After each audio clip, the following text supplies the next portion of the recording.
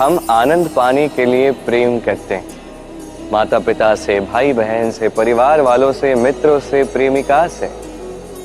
हम चाहते हैं कि सब अपने बन के रहें, हमारे पास रहें।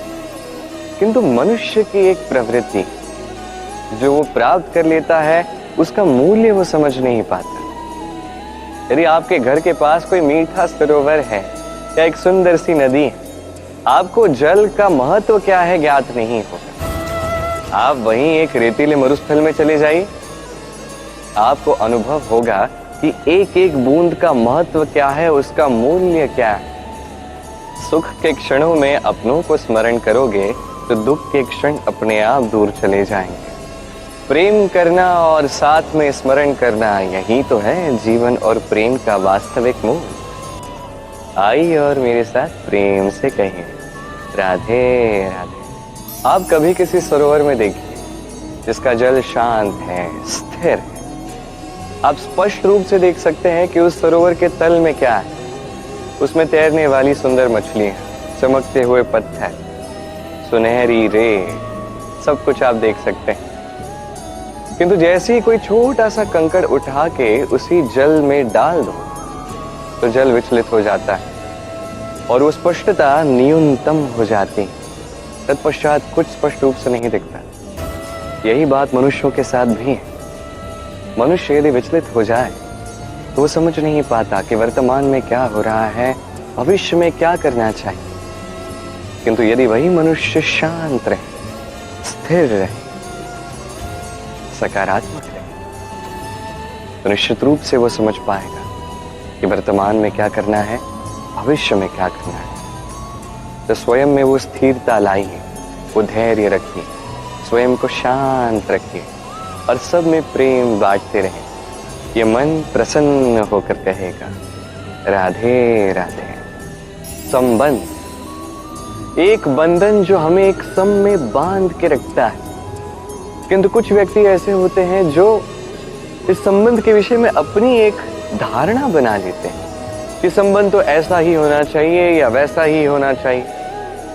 मैंने इस संबंधी के लिए ये सारे कार्य किए हैं, इस बात का बखान करते हैं और बदले में उसी की आशा भी रखते हैं। किंतु सत्य तो ये है कि हर संबंध एक जैसा नहीं होता है, किंतु हर संबंध अपने आप में विशेष अवश्य होता है।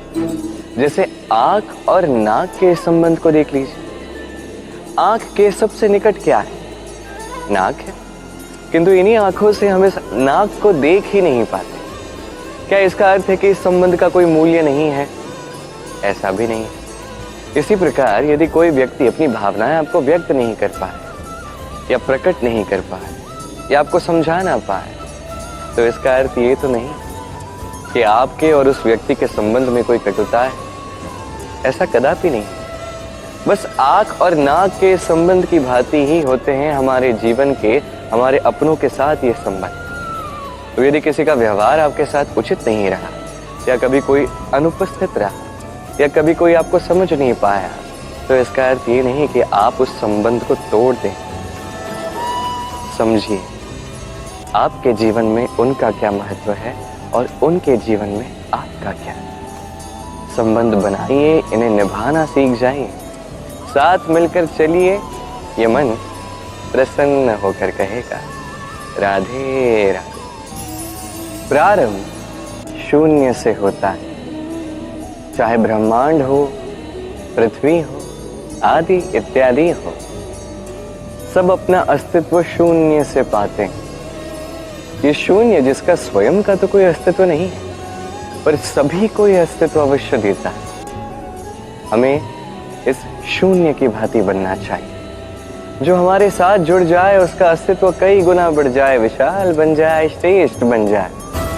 किंतु जैसे ही हम उनसे दूर चले जाएं, उन्हें हमारी उपस्थिति का आभास,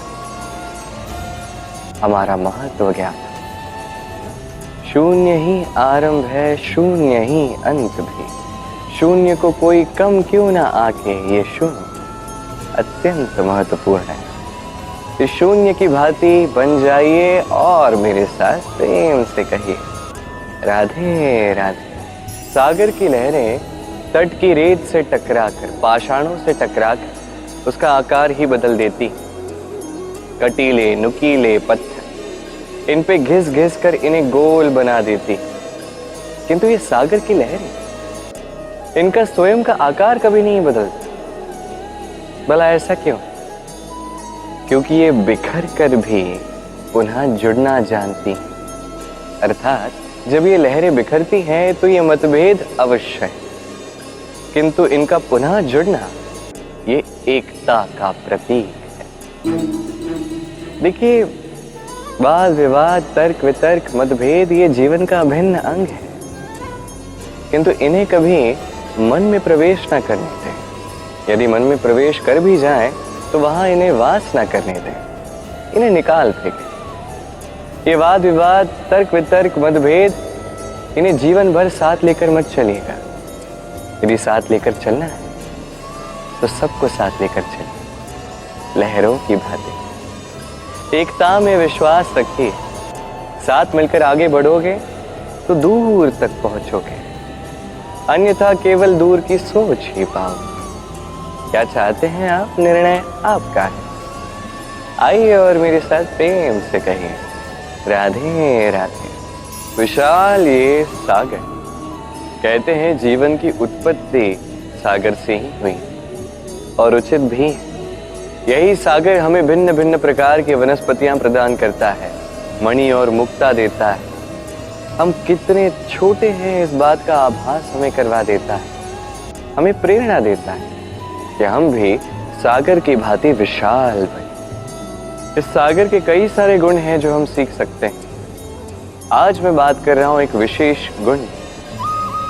अधिकतर मनुष्य मलिनता, व्यर्थ के पदार्थ, व्यर्थ की वस्तुएं, अपद्रव्य इस सागर में बहा देते हैं, किंतु सागर इन सबको अपने भीतर एकत्रित करके नहीं रखता, इसे भीतर से बाहर निकाल फेंकता।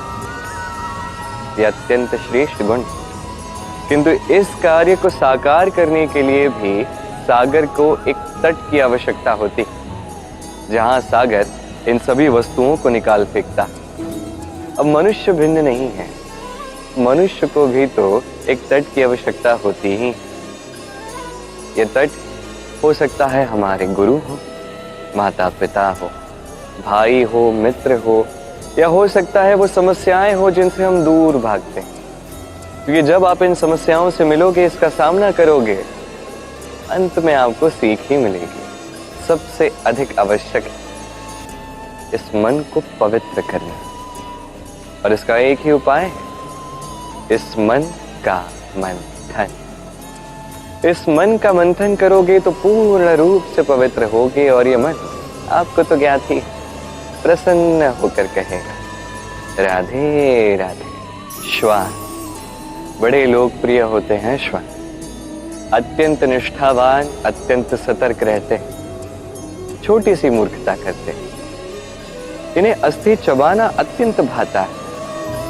चबाते चबाते इनके मसूड़े छिल जाते हैं, उनसे रक्त बहने लगता है। इस रक्त का वो पान करते हैं और इन्हें लगता है कि ये रक्त जो है अस्थि से ही निकल रहा है। उन्हें लगता है कि बाहर से हमें यहाँ से आनंद मिल रहा है, और वास्तविकता तो ये है कि ये तो उन्हें हानि पहुंचा रहा है। हम मनुष्य, हमारे साथ भी कुछ ऐसा ही होता है। कभी कभी भूलवश हम कुछ ऐसे कार्य करते हैं और हमें ऐसा लगता है कि हमें कहीं बाहर से आनंद मिल रहा है, और सत्य ये होता है कि हमें बस हानि पहुंच रही होती। ये एक बहुत बड़ी सीख है जो हमें सीखनी चाहिए।